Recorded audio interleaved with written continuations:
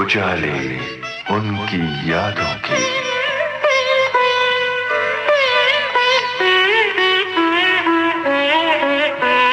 उजाले उनकी यादों के।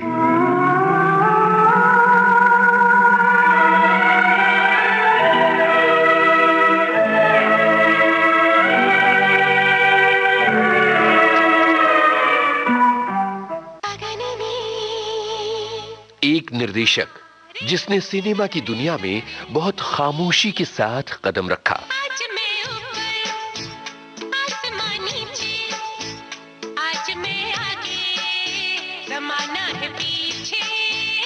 लेकिन उनकी दूसरी फिल्म से ही बॉक्स ऑफिस ने कहा,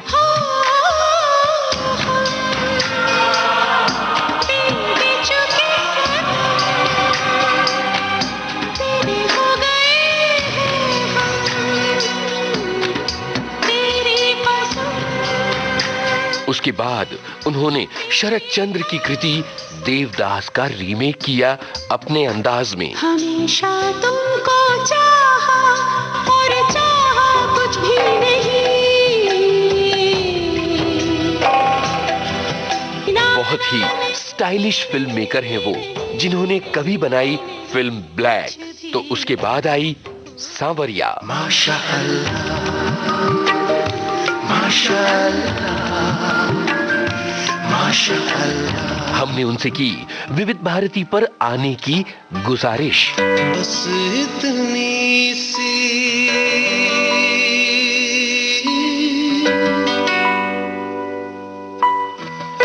तुमसे गुजारिश है।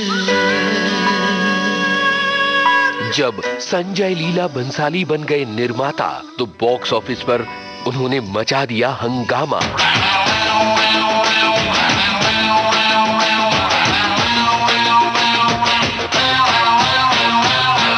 अपनी बहन के लिए उन्होंने प्रोड्यूस की ये फिल्म।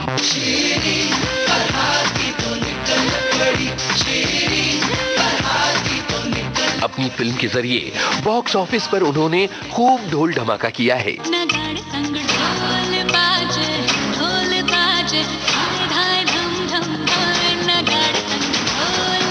और अब संजय लीला भंसाली विविध भारती के साथ मौजूद हैं कार्यक्रम में।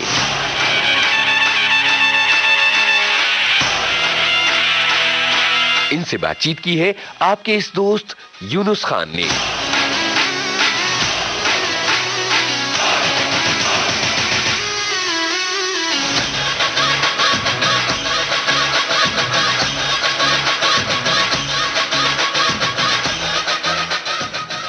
कार्यक्रम में आज हमारे साथ हैं जाने माने निर्माता निर्देशक संजय लीला भंसाली। इनकी पहचान म्यूजिक डायरेक्टर के रूप में भी है। तकरीबन 2 फिल्मों में वो संगीत दे चुके हैं और सबसे खास बात यह है कि विविध भारती से इनका बड़ा पुराना जुड़ाव रहा है। संजय लीला भंसाली, बहुत बहुत स्वागत विविध भारती के इस कार्यक्रम में।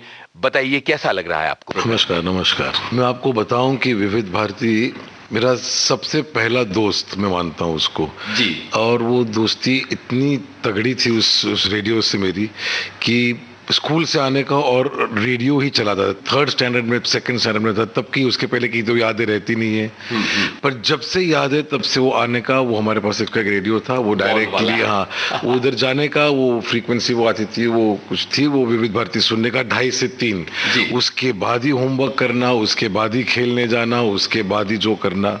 फिर शाम को एक शो होता था, कोई मिस्ट्री वाला शो होता था, उसको क्या कहते थे? हवा महल। तो रात को 9 बजे वो हवा महल सुनना, ऐसा कुछ थे हमारे टाइमिंग। वो तो जहाँ देखो मैंने बाजू वाले के घर से रेडियो बज रहा है, यहाँ से भी बज रहा है। सुबह स्कूल में जब जाते थे तो लता जी के भजन बजते थे। एक क्लासिकल प्रोग्राम होता था जिसमें राग होता था, राग के बाद वो फिल्मी गाना उस राग पे कैसे होता था। वो सब बहुत से ऐसे कमाल के प्रोग्राम्स थे जो मेरे माइंड पे म्यूजिकल असर इतना करते गए ओवर द इयर्स। मतलब बस स्टॉप पे खड़े रहना सुबह 7 बजे और लता जी के रेयर भजन बजते थे उस पे। वो चाहते थे कोई स्कूल की बस आए ही नहीं ताकि ये 2-3 और गाने में सुन के जाऊं। तो बहुत कमाल की चीजें मुझे मुझे लगता है कि मेरा जो एक सीखना है जिंदगी में, कुछ भी सीखना, क्योंकि वो उसी गानों को सुन के मैं ये सोचता था जैसे बड़ा होता गया कि अच्छा ये गाना डायरेक्टर विजयानंद जी का गाना है, ये बज रहा है तेरे मेरे सपने का, अच्छा मैं होता तो कैसे शूट करता, मैं होता तो कोरियोग्राफी क्या होती। तो ये एक्सरसाइजेस सब शुरू हो गए कि घर पे कोई रिकॉर्ड प्लेयर ऐसी कोई चीज़ तो थी नहीं, गरीब लोग थे हम लोग तो। लेकिन जो जो मैंने सीखा है विविध भारती का मेरे जिंदगी में एज एन आर्टिस्ट मुझे बहुत बहुत बहुत बड़ा असर है उसका। और आज भी मुझे बहुत ही प्यार है। कोई भी कहता है कि विविध भारती, तो मैं पहले पूछता हूँ कि कहाँ कौन कौन कौन से इंटरव्यू, कौन मिलना चाहता है, क्या मिलना चाहता है। It's beautiful. सो आज वो भी मैं म्यूजिक सीखा हूँ, म्यूजिक डायरेक्शन किया है रामलीला में, मैंने अपने नोट में भी लिखा है सीडी पे कि जो भी है वो विविध भारती की वजह से मैं सीखा हूँ। तो क्या बात, गॉड ब्लेस। संजय जी, उन प्यारे से दिनों की याद के नाम एक गाना डेडिकेट करते हैं, फिर आगे की बातचीत करेंगे। मैं बताऊं गाना? हाँ बिल्कुल, डेफिनेटली। बिल्कुल। पूरे प्रोग्राम में आप ही की पसंद की गाने। मुझे याद है कि मैं एक दिन बहुत जिद पे चढ़ गया था कि आप फरमाइश पे आप माँ को बोल रहा था कि आप फोन करो और आप बजाओ इंतकाम का गाना, आ जाने जा लता जी का गाना, क्योंकि कई महीनों तक मैं बैठा रहता था रेडियो पे कि वो गाना कब आएगा और कोई फरमाइश ही ना करे उस गाने की। तो मुझे अभी भी याद है कितना तड़पता था मैं कि अच्छा वो मेरा जवानी दीवानी का ये जवानी है दीवानी, तो वो आ जाए कोई गाना किशोर दा का, पंचम दा का। तो कुछ कुछ गानों के लिए बहुत इंतजार किए हैं, कान लगा के ऐसे।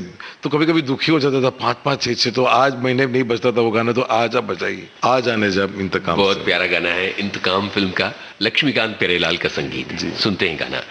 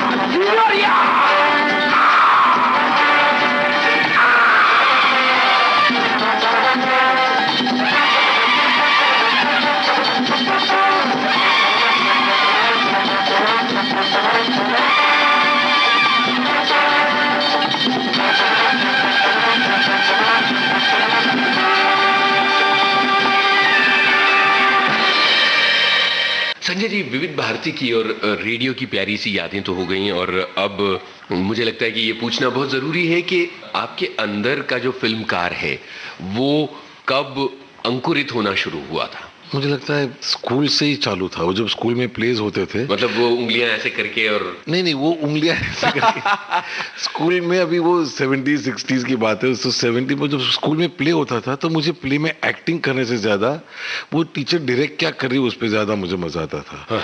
तो मुझे अच्छा नहीं लगता था लोगों के सामने वो एक्टिंग करना, लेकिन वो करवाते थे क्योंकि मैं गाता अच्छा था, ये था वो था। लेकिन वहां से शुरू हुआ कि नहीं मुझे जो टीचर हमको सिखा रही है क्या करना, वो जो कैसे जाना, कब आना, कब जाना, मुझे उसमें इंटरेस्ट था।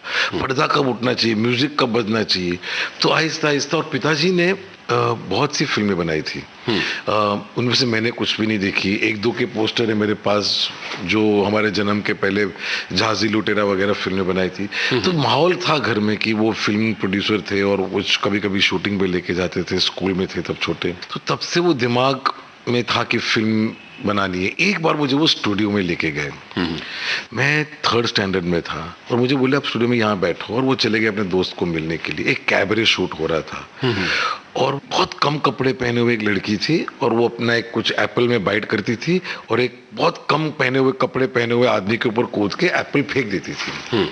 और ये बार बार ये शॉट किए जा रहे, क्योंकि एप्पल कहीं गिर नहीं रहा था। मुझे समझ में नहीं आ रहा था बार बार क्यों ले रहे, लेकिन वो माहौल जहाँ बैठा था मैं, वो स्टूडियो मुझे अपना लगा।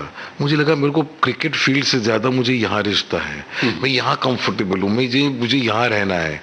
फिर अचानक जब पिताजी आए तो उन्होंने कहा अरे तुम कैमरे देख रहे हो, शूटिंग आ रही, तुम्हारी उम्र थोड़ी है कैमरे देखने की।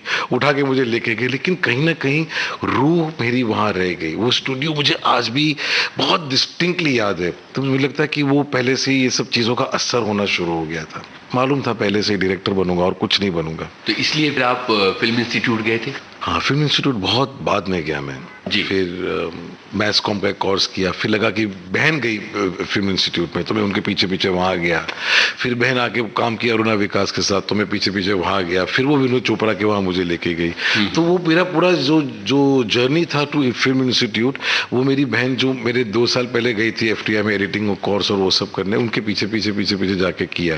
क्योंकि मैं बहुत चुप रहने वाला बच्चा था, मैं कभी बहुत बोलता नहीं, अपना रेडियो सुनता था, अपना किताब पढ़ता था और अपनी कुछ नोट्स बनाते रहते थे। तो ज़्यादा दोस्त नहीं थे, कहाँ जाने का, फिल्म लाइन में कैसे आने का, उस वक्त इतने सारे मौके नहीं मिलते थे जो आज असिस्टेंट डायरेक्टर्स को मिल जाते। कोई भी ऑफिस में चले जाते, आज एक मैसेज भेज देते कि मैं ये हूँ, मुझे सीखना है आपसे, या एक वेबसाइट पे कुछ उनका बायोडेटा आ जाता, वगैरह वगैरह वगैरह। उस वक्त क्या था, एक फ़ोन करने के लिए भी एक 2-2 साल रुको तो एक दरवाज़ा खुलता था उस वक्त। तो मुझे विनोद चोपड़ा का साथ मिल गया, वहाँ से मुझे बेलादी लेके गए वहाँ पे, और फिर वहाँ से शुरू हुआ।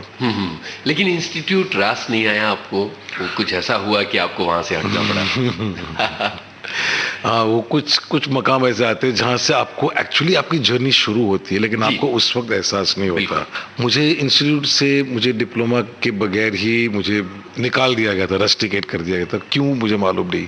ऐसा भी कोई बहुत बदमाश स्टूडेंट था नहीं, या बहुत शोर करने वाला नहीं था, या बहुत रात भर कुछ भी के कुछ सिनेमा पे डिस्कशन कर रहा हूँ, वैसा भी नहीं था। मतलब पर हो गया, कुछ ऐसी चीज़ें हो गई जो कुछ चीज़ें सही नहीं हुई, कभी वक्त सही नहीं होता। तो जिसके लिए इतने साल इंतज़ार किया और वो लगा कि अभी डिप्लोमा फिल्म मिलेगी एडिट करने के लिए, वो सब हुआ नहीं। तो जब मैं इंस्टीट्यूट से निकला, और वो जगह मुझे बहुत प्यारी है। मैं आपको रोक रहा हूँ, क्या आपकी कैफियत थी जब इंस्टीट्यूट से आप निकल रहे थे? क्या आपको लग रहा था कि एक सपने से आपको दूर किया जा रहा है? बिल्कुल, बहुत दर्द, बहुत दुख होता था उस वक्त मुझे कि ये कितने साल इस जगह में जाने के लिए, इसके गेट पे मैं 2 साल 3 साल खड़ा रहा बेलादी के साथ, फिर कहीं एडमिशन मिला, फिर आप कर रहे हो, और आपका पूरा एक ड्रीम होता है कि इसके ऊपर मैं अपनी जिंदगी बेस करूंगा, इस पे पूरी करियर बेस होगी, बहुत कुछ सीखना है, और वो रह गया। तो कहीं ना कहीं एक बहुत ही वो क्या, अभी भी मुझे वो दुख है, क्योंकि वो इतनी कमाल की जगह है, इतना कमाल का वहाँ पे आप सीख सकते हैं सिनेमा के बारे में, और सिखाते आपको। स्टूडियो है, लेगेसी है, वहाँ वी शांताराम जी का एक प्रभात स्टूडियो का एक लेगेसी है।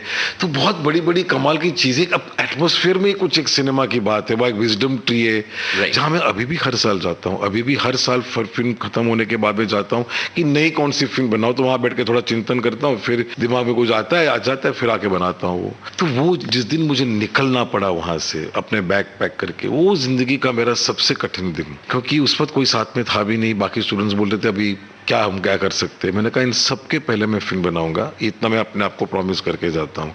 तो वो जो आग थी अंदर, वो जो गुस्सा था उस दिन का, वो मेरे लिए मुझे लगता है इतना जरूरी था। ह्यूमिलिएशन कोई भी आर्टिस्ट के लिए बहुत बड़ी बात होती है, अगर उसको सही ले लिया गया, अगर उसकी एंगर को, उस ह्यूमिलिएशन की एंगर को आप सही कन्वर्ट करें अपनी क्रिएटिविटी में, कंस्ट्रक्टिव क्रिएट करे, उसको यूज करे, तो मुझे लगता है बहुत कमाल होता है ह्यूमिलिएशन। तो वो मेरे हिस्से में आया, वरना वो इतनी जिद आती नहीं मेरे में कुछ बनने की। जी, यहाँ एक गाना सुनते हैं जो संजय लीला भंसाली के दिल के बहुत करीब है। लता जी का ही है, ओ बसंती पवन पागल। क्या बात है। शैलेंद्र शंकर जयकिशन, सुनते हैं गाना।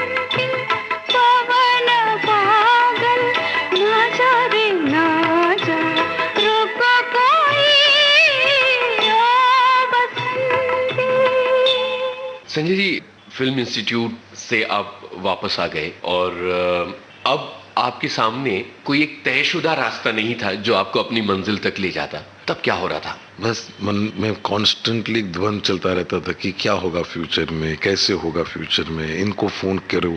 तो फोन आधे कुछ नंबर डायल करके डायरेक्टर होके मैं रख देता था फोन, क्योंकि हिम्मत नहीं बनती थी क्या बोलने का, कैसे बोलने का, कहाँ शुरू करने। फिर वो एक दिन मुझे बेला दी विनोद चोपड़ा के वाले की वो परिंदा बना रहे थे, बेला दी असिस्ट कर रही थी उनको, तो उन्होंने मेरा एक फिल्म इंस्टीट्यूट में पहले ईयर में मैंने गाना शूट किया था, वो गाना देखा उन्होंने। और उनकी एक एडिटर थी रेनू सलूजा जी, जिनके पास हम बहुत सीखे। तो रेनू सलूजा ने कहा कि विनोद आपको इन बच्चे को आप गाना पिक्चराइज करने के लिए देना चाहिए, क्योंकि आपको गाना पिक्चराइज करने को अच्छा नहीं लगता, विनोद को अच्छा नहीं लगता था। वो बोले ठीक है। तो परिंदा में पहली बार मुझे उन्होंने बस ऐसे ही दे दिया कि तुम गाने डायरेक्ट करो फिल्म के।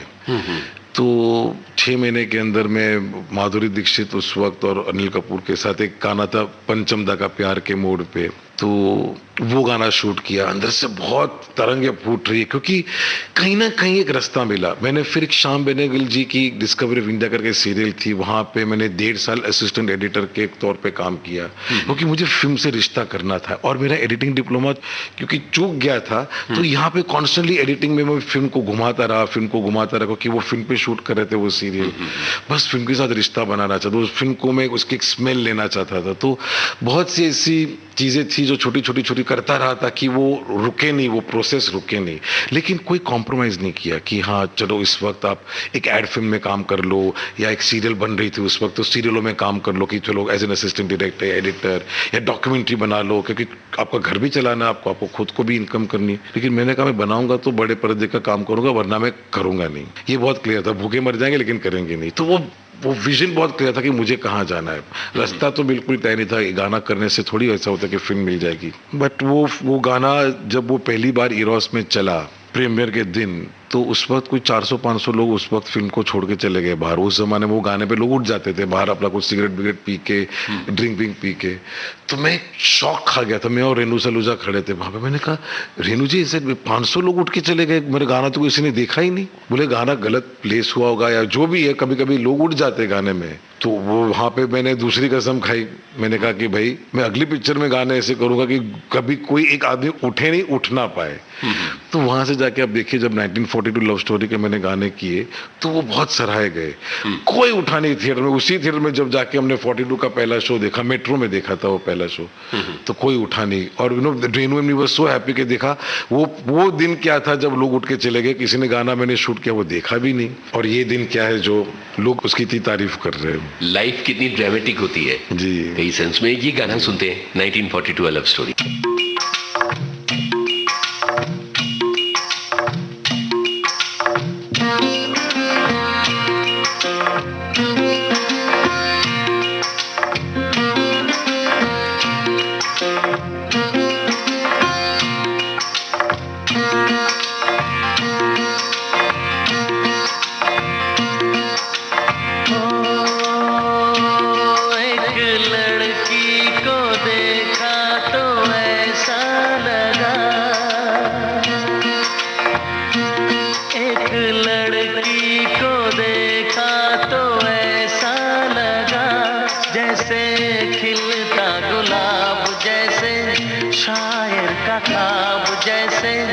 उजली किरण जैसे वन में हिरन जैसे, चांदनी रात जैसे, नरमी की बात जैसे, मंदिर में हो एक जलता दिया।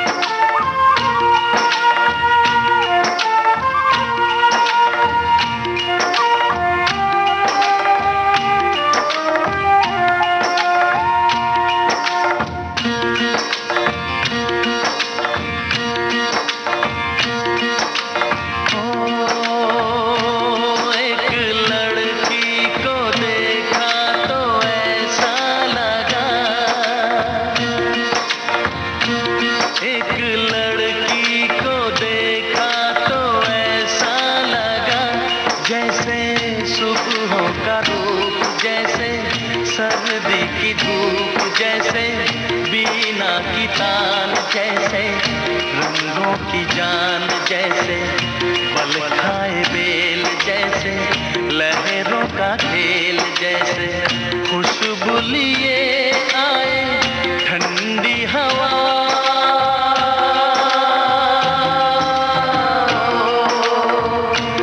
एक लड़की को देखा तो ऐसा लगा,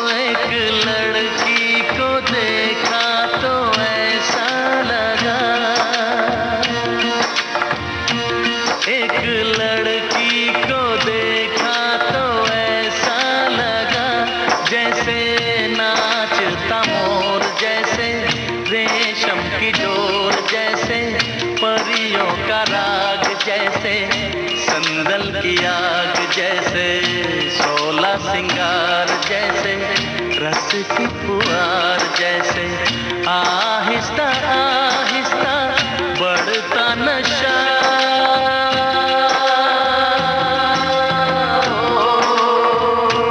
एक लड़की को देखा तो ऐसा लगा,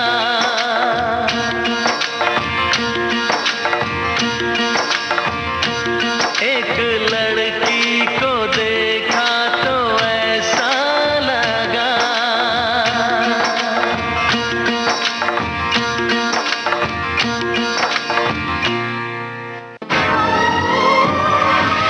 आप सुन रहे हैं जाने माने निर्माता, निर्देशक और संगीतकार संजय लीला भंसाली से अपने इस दोस्त यूनुस खान की बातचीत।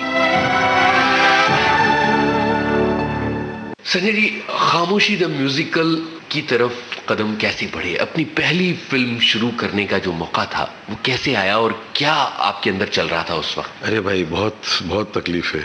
42 जब 1942 लव स्टोरी जब चल रही थी, गाने कर रहा था, तब मैंने खामोश की स्क्रिप्ट लिखी माधुरी दीक्षित के पास, क्योंकि माधुरी दीक्षित ही चाहिए। 2.5 साल उसके मेकअप रूम के बाहर मैंने धक्के खाए, आटे मारे, रिक्वेस्ट किया लोगों को मिलवाओ, विनोद चोपड़ा को बोला, इसको बोला, अनिल कपूर को बोला, सब लोगों को, लेकिन वो बात बनी ही नहीं। मैंने कहा चलो ठीक है, मैंने कहा स्टार कास्ट लाइन अप करके रखते, क्या मालूम कब जिंदगी में मौका मिल जाए, कोई प्रोड्यूसर मिल जाए। तो नाना पाटेकर से जैसे तैसे जाके मिला, क्योंकि वो सब विनोद जी मुझे हेल्प करते थे इनको मिलने के लिए। लेकिन जब 42 रिलीज हुई तो कुछ काम नहीं था, लगा कि क्या करेंगे। तो मैं एक रेडियो प्ले लिख रहा था, किसी ने हमको बुलाया, इरफान खान की बीवी जो शुतप्पा है वो और मैं बैठ के रेडियो के लिए एक प्ले लिख रहे थे। उतने में फोन की घंटी बजी और बोले कि मैं शशि पटेल बोल रहा हूँ पॉलीग्राम से और संजय से बात करना चाहता हूँ। फिर मैंने बात की उनसे, तो बोले कि मैं आपके गाने देखे 42 के, हम म्यूजिक कंपनी में एक फिल्म प्रोड्यूस करना चाहते हैं और हमने सुना आपके पास एक स्क्रिप्ट है।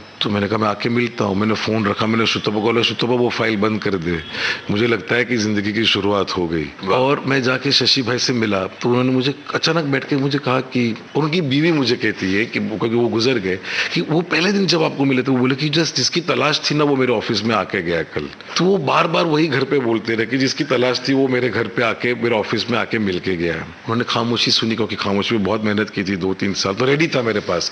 लकीली इस वक्त जब अपॉर्चुनिटी ने नॉक किया तो मेरे पास एक रेडी स्क्रिप्ट थी और नाना पाटेकर रेडी था करने के लिए और तो कोई था नहीं, और सीमा बिस्वास। फिर जैसे तैसे करके मनीषा कोइराला हुआ, सलमान हुआ, तो बहुत बड़ी स्टारकास्ट थी उस वक्त। नाना पाटेकर टॉप पे, सलमान खान हम आपके कौन और करण अर्जुन के बाद, मनीषा कोइराला बॉम्बे और रोजा और 1942 लव स्टोरी के बाद, तो बहुत बड़ी स्टार। सीमा बिस्वास का बैंडिट क्वीन रिलीज हुआ था, तो इंडस्ट्री में तो हलचल मच गई थी कि ये नए लड़के को इतनी बड़ी स्टारकास्ट कहाँ से मिल गई, और वो भी ऐसी फिल्म जो जिसमें हियरिंग इम्पेयर्ड, स्पीच इम्पेयर्ड लोगों के ऊपर फिल्म है। तो बहुत बड़ा ऊपर वाले का साथ, कुछ साया है, कुछ गार्डियन एंजल्स है जो उस चीज को लेके गई, और कहाँ सोचा भी नहीं था कि ये सब हो जाएगा। कितने प्रेशर में थे आप, या कितनी सेंस ऑफ रिस्पॉन्सिबिलिटी जैसा कुछ था? बहुत बहुत, क्योंकि आपको रिसोर्सेज उतने दिए नहीं जाते। आप पहली फिल्म में, तो मैंने कुछ 1.5 लाख की फीस ली थी और उसमें प्रोडक्शन भी करने का, स्क्रिप्ट भी लिखने की, डायरेक्शन भी करने का, सब कुछ करने का, ऑफिस भी नहीं जाए तो मेरा छोटा सा घर में काम करने का। तो वो बहुत रिस्पॉन्स, प्लस इतनी बड़ी फिल्म, इतने बड़े एक्टर्स, उनको हैंडल कैसे करें। नाना पाटेकर तो बहुत टेम्परामेंटल भाई, वो कुछ भी बोल दे, कुछ भी कर दे, कहीं पे भी चिल्ला ले। सलमान खान अपनी जगह पे बहुत टेम्परामेंटल, मनीषा कोइराला अपनी जगह पे, तो बहुत बड़े बड़े स्टार्स थे। और सब लोगों ने, मनीषा ने, सलमान ने, हेलेन आंटी ने, सीमा बिस्वास ने बहुत दिल से प्यार से काम किया। बट जैसे तैसे वो फिल्म खत्म हुई। फिल्म बॉक्स ऑफिस में मैं, बेला दी और अनिल मेहता जो कैमरामैन थे, वो पहली फिल्म थी उनकी, हम लोग में देख रहे थे और पहले शो में समझ में आ गया कि ये फिल्म नहीं चलेगी। क्रिटिक्स ने बहुत सराहा, सब जगह पे 5 स्टार रिव्यू, सब लोगों ने कहा ये फिल्म मेकर है जो आया है, जो कुछ काम करेगा, लेकिन बॉक्स ऑफिस पे बिल्कुल भी नहीं। लोग चिल्लाने लगे, नाना पाटेकर डायलॉग बोलो, सीमा बिस्वास बंदूक किधर है बैंडिट क्वीन तुम्हारी, ये सब थिएटर में चिल्लाने लग गए। तो समझ में आ गया कि ये फिल्म नहीं चलनी है। तो तीसरी कसम खाई मैंने वहां कि अगली फिल्म जब रिलीज होगी तो वहां पे लोग चिल्लाएंगे नहीं, लोग ताली बजाएंगे। और वही थिएटर में आई हम दिल दे चुके सनम 2 साल के बाद। वहां तक पहुंचते हैं, मजरूह साहब को कैसे राजी किया था आपने? मजरूह साहब तो बाप रे, मतलब इतने कमाल के आदमी, मैं आज भी उनको याद करता हूँ। तो वेटेरन लिरिसिस्ट, 48 सहगल का गाना लिखा हुआ 48 में जी, और बहुत कमाल, 46 में कितना सीखा उस आदमी के पास, और इतने तेज और तर्राट, और आज में ऊपर लिखा। और मैं इतना खुश हो गया। मैंने कहा मजरूह साहब आपने ये आज में ऊपर आसमान नीचे, बोले नो मेरा दिल बहुत जवान है। और इतने कमाल की शख्सियत, मैंने इंडस्ट्री में अगर मुझे एक आदमी को कहा जाए कि आपको चूज करना है जिनसे आपने मैनर्स, गुड बिहेवियर, अच्छा टेम्परामेंट, तेवर, सब कुछ सीखा, कमिटमेंट, सब कुछ सीखा, तो एक ही आदमी जिसकी मैं पूजा करूंगा वो मजरूह सुल्तानपुरी। खामोशी द म्यूजिकल का प्यारा सा गाना हो जाए, आज में ऊपर आसमान, उन्हीं के नाम।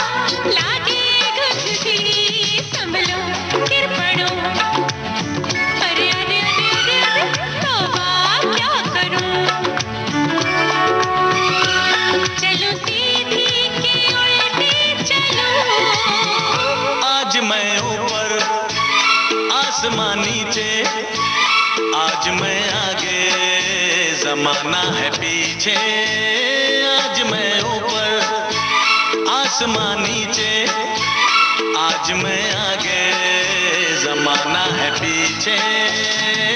दिल में ओ खुदा, अब मैं क्या करूं, सर के बल या कदम से चलूं, आज मैं ऊपर, आसमान नीचे।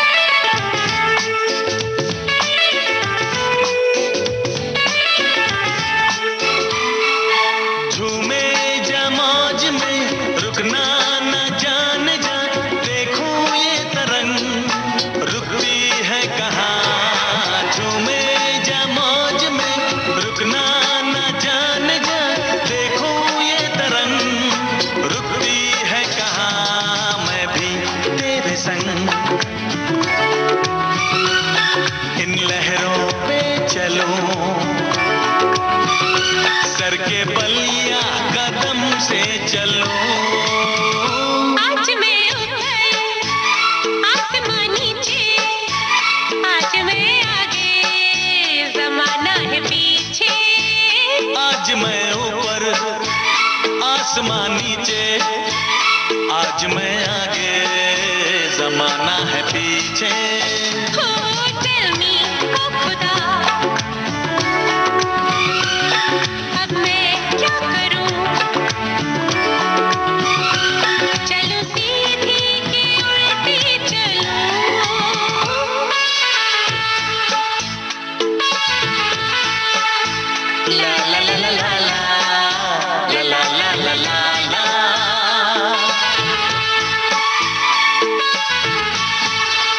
हम दिल दे चुके सनम एक बड़ा धमाका था। उस फिल्म की कामयाबी मुझे याद है, थिएटर्स में लंबी लंबी लाइनें लगती थीं।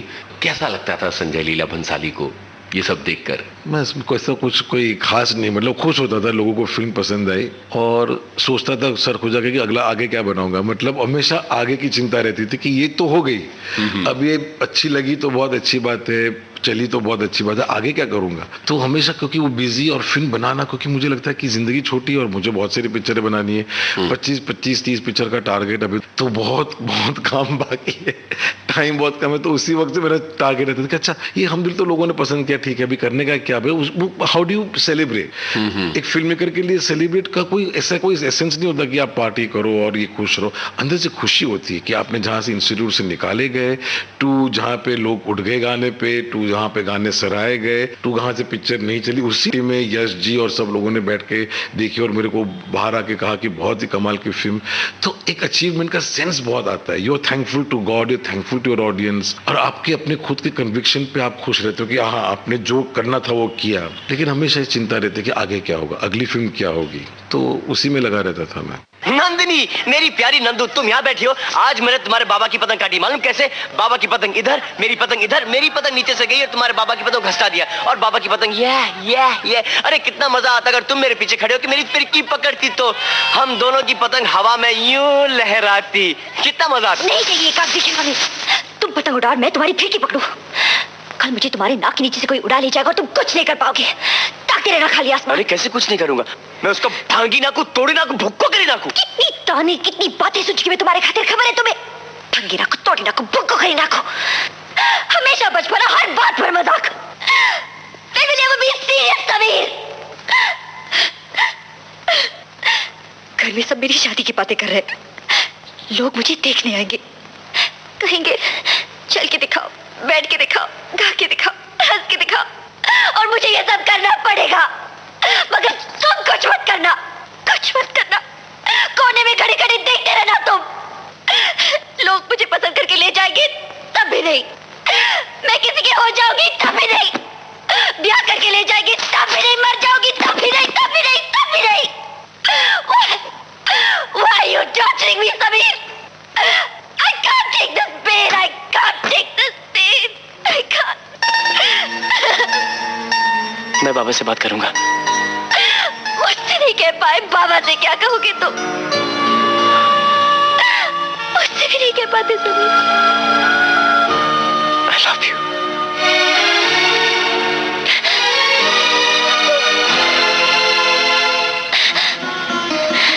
समीर, पाप है ये कोई पाप नहीं है। कुछ हो गया तो? क्या होगा? बच्चा। बच्चा ऐसे थोड़ी होता है। ये सही नहीं है समीर, पापा नहीं मानेंगे। पापा क्यों नहीं मानेंगे? He likes me. He thinks I'm a cool dude. ये पाप तो नहीं है ना? कोई पाप नहीं है। मुझे छोड़ के तो नहीं जाओगे? कभी नहीं।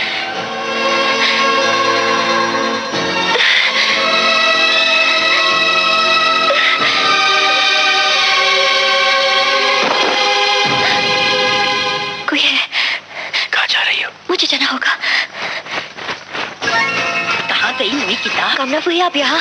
किताब ढूंढ रही हूँ, आज पढ़ने का बहुत मन कर रहा है। कौन सी? पर तू यहाँ क्या कर रही है? ऊपर पतंग नहीं उड़ा रही हो? अरे बहुत मजा आ रहा है। हाँ, मैं यहाँ किताबें ठीक करने आई थी। पहले अपने कपड़े तो ठीक कर ले। आप अपने काम से मतलब रखिए, मेरे मामले में दखलंदाजी की जरूरत नहीं है। ज्यादा पेच मत लड़ा, अब तक तो ढील छोड़ी थी, जिस दिन डोर खींचूंगी ना लुढ़क जाओगी। अरे मिल गई। कैसी है ये किताब? अंग्रेजी है। तो क्या हुआ, अब तो इटली भी पढ़नी पड़ेगी। संजय लीला भंसाली अपनी फिल्मों के सब्जेक्ट्स किस तरह से चुनते हैं और जो कन्विक्शन और जो इंटेंसिटी होती है, जो प्रोडक्शन वैल्यूज होती है, वो कैसे आती हैं, वो जो स्टाइल है वो कैसे बना है? क्या मालूम, मुझे लगता है कि जब आप बहुत मिडिल क्लास के इंसान हो और आप बहुत छोटे कमरे में रहते हो, और मैं जब देवदास बनो हमदिल बनाया तो मेरा बेडरूम भी नहीं था। एक बेडरूम घर में रहते थे, माँ रहती थी बेडरूम में, मैं हॉल में सोता था। तो जब आप वो सब आपके पास बहुत कम चीज़ें हो तो आदमी कभी कभी ज़्यादा बड़ा सोचने लगता है, और जब वो सोचना खाली अपने काम के लिए होता है, मैं अपने फिल्म के लिए जीता हूँ, मुझे वो सब बड़ी बड़ी चीज़ें मुझे खुद की ज़िंदगी के लिए नहीं चाहिए। तो मुझे लगता है वो आ जाता है वो बड़ा स्केल कि ये चाहिए। जब हम लोग चौल में रहते थे भुवनेश्वर में और रेडियो बजता था, रेडियो पे कोई गाना अच्छा आया तो माँ डांस करती थी, क्योंकि माँ पहले डांस करती थी शोज़ पे प्रोफेशनली बिफोर मैरिज। तो लगता था घर में बहुत वो गद्दा बीच में आ गया। अभी 150 स्क्वायर फीट का घर में किचन कहाँ होगा और बेड कहाँ होगा और डांस कहाँ होगा। तो ये सब दिमाग में रहता था बचपन, जब देखता था कि उनको डांस कर, तो मेरे ख्याल अभी मेरी हीरोइन डांस करेगी तो सेट इतना बड़ा होना चाहिए कि यहाँ से गली के कोने तक जाएगा वो। तो वही सब देवदास में शुरू हुआ, हमदिल में शुरू हुआ, सेट्स बड़े होते थे और उसका स्किल। और मुझे लगता था मुझे एज ए चाइल्ड उस छोटे घर में, जो भुवनेश्वर के घर में कभी कभार घुटन हो जाती थी, तो लगता था कि दीवारों को थोड़ा धक्का मार के दूर किया जाए, इधर से ये दीवार को धक्का मार, लेकिन वो थोड़ी होना है, दीवार को धक्के तो मारे नहीं जा सकते, लेकिन वो विजन होता है, एक ड्रीम होता है। तो मेरे लिए छोटी स्पेस में काम करना मुश्किल है, तो मैं हमेशा सेट बड़ा बनाता हूँ ताकि वो, तो फिर वो अच्छा वो उसको इस्तेमाल कैसे करना, क्योंकि मुझे आर्किटेक्चर का बहुत शौक है। तो अगर मैं फिल्म मेकर नहीं होता तो मैं आर्किटेक्ट होता, अगर मुझे फिल्म मेकिंग का शौक नहीं होता तो मैं इंटीरियर डिज़ाइन या कंस्ट्रक्शन या डिज़ाइनिंग और वो सब करता। तो इन सब चीज़ों का शौक बहुत था। तो सेट्स के अंदर उसके ऊपर कॉस्ट्यूम क्या होगा, कलर्स क्या होगा, पेंटिंग का बहुत शौक है देखने का। तो इन सब चीज़ों का असर मेरे फिल्म मेकिंग पे होने लग गया। आहिस्ता आहिस्ता मैंने अपना एक फॉर्म बनाया, अपना एक स्टाइल, और वी शांताराम जी का बहुत असर मेरे ऊपर। मुझे उनका काम बेहद पसंद है, चाहे दो आंखें बारात हो, चाहे नवरंग हो, चाहे वो उनकी जो लास्ट फिल्म थी झंझार हो, कुछ भी हो, मतलब वी शांताराम को देखना मतलब देखना, और उस आदमी का असर मेरे काम पे है। तो मेरे कलर स्कीम्स कभी कभी लोग कहते हैं थोड़ा गॉडी है, थोड़ा अजीब है, थोड़ा स्टाइल आपका कुछ समझ में नहीं आता, लेकिन वो ठीक है, जो है सो ये है। लेकिन वो कैसे बनती है बड़ी फिल्म वो कुछ मालूम नहीं, वो बन जाती है। वो आप अपने आप को कमिटमेंट के साथ पूरा कर दो।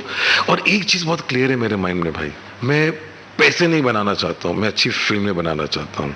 लोगों में कई बार इंडस्ट्री में ये है कि वो पैसे बनाना चाहते हैं, वो फिल्म नहीं बनाना चाहिए। ये दो अलग चीज़ें हैं। हम दिल दे चुके सनम ने काफी चीजों में बदलाव किया, सेंसिबिलिटीज को बदला, म्यूजिक के चलन को बदला, बल्कि लोग तो ये भी मानते हैं कि सलमान की one of the most intensive roles में से एक है। ये सब कैसे क्रिएट किया था आपने? वो क्या प्रोसेस थी? कहाँ से इस फिल्म का आइडिया आया था? क्योंकि वो उस जमाने की बहुत ही अलग फिल्म थी, इस जमाने में भी अलग ही गिनी रहता है। जी, वो मैं बताऊं आपको, खामोशी नहीं चली थी। मैं डिप्रेशन में घर पे बैठा था ऐसे कि क्या बनाएंगे, क्या होगा, क्या मालूम। सलमान खान मुझे कहते थे कि तेरे को बोला था ना ये फिल्म मत बना, क्योंकि अभी तेरे को देख, अभी कोई तेरे को कोई डॉक्यूमेंट्री बनाने भी नहीं देगा तेरे को, बेवकूफ। मतलब as a good friend he would tell me that. अचानक एक दिन फोन बजा मेरे घर पे, तो मैंने उठाया, बोले मैं प्रताप करवत हूँ, मैं विले पार्ले में रहता हूँ और मैं 65 ईयर ओल्ड आदमी हूँ, मैं बहुत पढ़ता हूँ, मुझे आपसे मिलना है। मैंने कहा मैं अभी कोई मिलता नहीं हूँ, मेरे पास आइडिया है। उन्होंने कहा, मैंने कहा मुझे नहीं मिलना, मैं अभी थोड़ा अपने मूड में हूँ, मेरे को कुछ समझ में नहीं आ रहा है, बात दे बिल। 2 महीने बाद वापस फोन आया, मैं प्रताप करवत बोल रहा हूँ और मैं विले पार्ले से हूँ, मैं आपको एक किताब देना चाहता हूँ। मैंने कहा मुझे आपकी किताब नहीं चाहिए, मैं अपना जरा रहने दीजिए। फिर 2 महीने बाद वापस फोन आया कि मैं प्रताप करवत बोल रहा हूँ और मुझे आपसे, आपको मैं फोन पे कहानी सुना देता हूँ। उन्होंने अचानक मुझे हमदिल की 1 लाइन सुनाई उस वक्त कि ये है, ये है, ये है, ये है। मैंने कहा आपका एड्रेस कौन सा है? तो बोले अभी तुमको एड्रेस, अभी कहानी पसंद है तो मेरा एड्रेस ढूंढ रहे हो। 6 महीने से मैं तुमको फोन कर रहा हूँ, आप मेरा फोन का जवाब नहीं दे रहे। तो उस आदमी ने मुझे फिर पूरी एक नॉवेल थी जो उन्होंने पढ़ के मुझे सुनाई, और वो कभी कभी हंसते थे, मतलब क्योंकि वो बहुत एंटरटेनिंग नॉवेल थी, मैं हंसता था, कभी वो रोते थे तो मैं भी रोता था। मैंने कहा ये क्या बात है, ये तो कमाल का सब्जेक्ट है। बस उधर से फिर मैंने जो हमदिल का काम शुरू किया।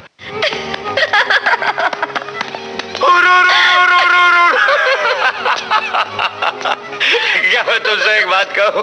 क्या? कुछ नहीं। जानती हो, तुम बहुत अच्छा नाचती हो, आज बहुत मजा आया।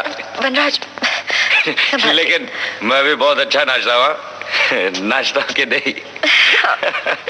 लेकिन क्या मैं तुमसे एक बात कहूँ? हाँ। कुछ नहीं।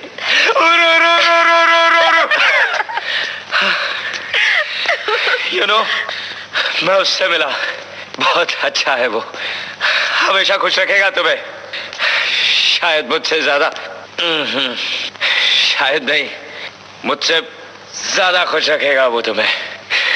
लेकिन एक बात कहूँ? क्या? कुछ नहीं। You know, जब तुम चली जाओगी, I'll be a happy man। मिलने आऊंगा मैं तुमसे, बहुत खुशी होगी मुझे तुम लोगों से मिलके। ए, come here, come here, come here। उस प्रीत से पुकारूंगा मैं तुम्हें। नंदिनी, नंदिनी।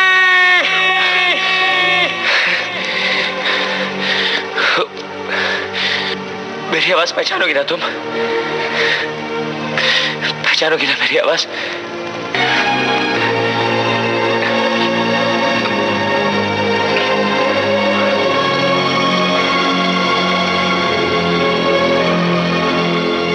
फिर बहुत नई नई चीजें आना शुरू हो गई उसमें।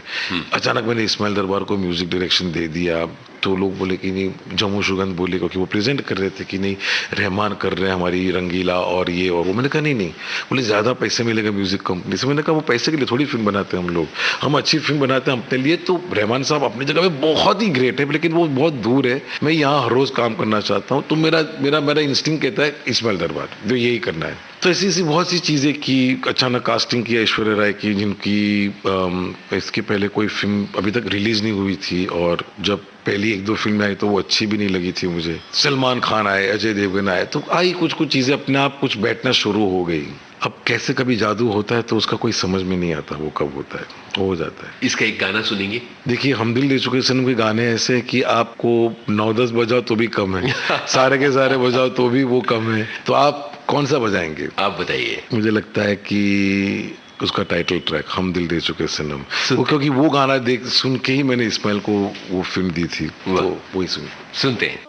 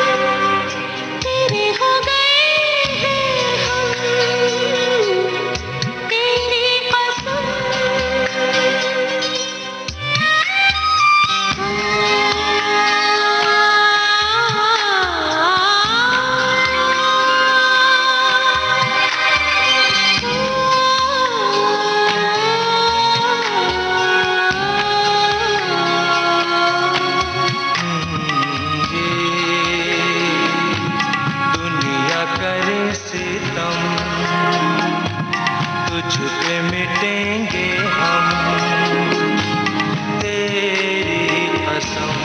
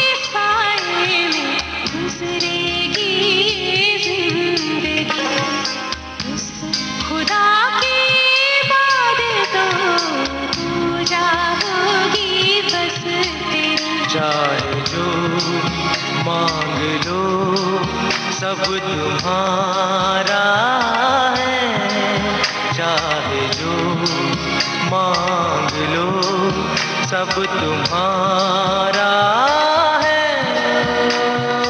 हम दिल दे चुके सनम तेरे हो गए हैं हम, तेरी कसम।